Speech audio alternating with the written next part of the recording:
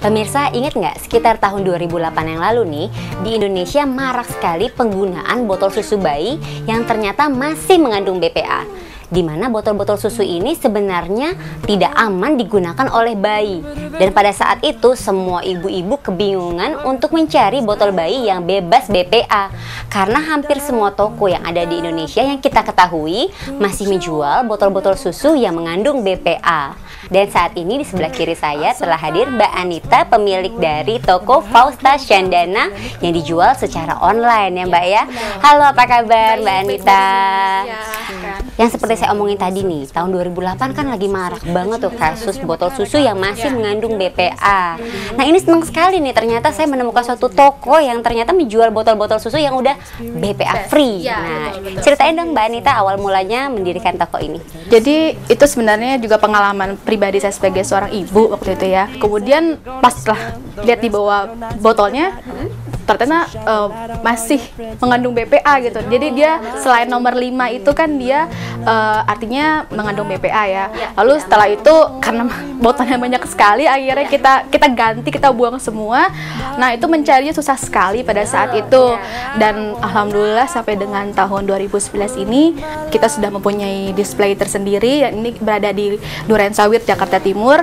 Yang mungkin kalau misalnya via online bisa dilihat produk-produknya. Gimana cara untuk mengedukasi para ibu-ibu atau para pengguna supaya itu mereka tahu bahwa botol yang dibeli di sini itu sebenarnya botol yang berkualitas yang layak pakai gitu Mbak? Diskusi, bertanya, mencari botol susu yang terbaik itu seperti apa sih Mbak gitu. Bahannya apa sih gitu. Kebanyakan mereka tahunya hanya plastik ya. Lalu kemudian setelah masuk ke web itu kemudian melihat oh brandnya ternyata banyak sekali begitu. Baru setelah itu mereka mencoba untuk semakin menggali produknya, disesuaikan dengan tentunya dengan budget ya, disesuaikan juga dengan kebutuhan anaknya. Kenapa nih memilih penjualan secara online? Karena kita melihat begitu banyak ibu-ibu yang terutama kalau misalnya lagi hamil itu kan sangat berat sekali kalau keluar ke mall atau kemana gitu. Nah jadi kita mengambil kesempatan itu sebenarnya dengan hanya menghubungi kami atau via BBM atau berbagai teknologi yang mungkin sekarang ada. Gimana nih cara Mbak untuk mensiasati agar customer atau pelanggan-pelanggan yang udah Mbak miliki tetap percaya atau customer yang baru itu percaya kepada bisnis online yang Mbak jalani? Selain kami menggunakan testimonial sebelumnya terhadap customer yang lain, kami juga selalu memberikan secara transparan nomor resi atau bukti pengiriman terhadap barang yang kami lakukan. Jadi di situ semua transparan, lengkap dengan nama, nomor resinya, dan kota tempat tinggalnya. Untuk terakhir nih Mbak ya, ada nggak yang mau disampaikan ke pemirsa tips sukses untuk menjadi seorang pengusaha? Untuk menjadi seorang pengusaha online, terutama memberikan kepercayaan kepada customer itu sangat sulit.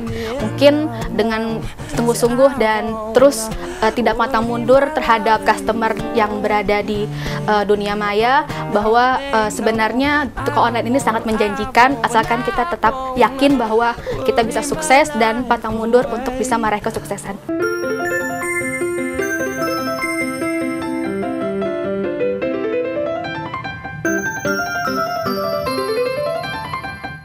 Nah, pemirsa, bisa saya simpulkan nih di sini bahwa kita sebagai orang tua harus bisa lebih bijak dalam memilih produk yang akan digunakan oleh anak kita.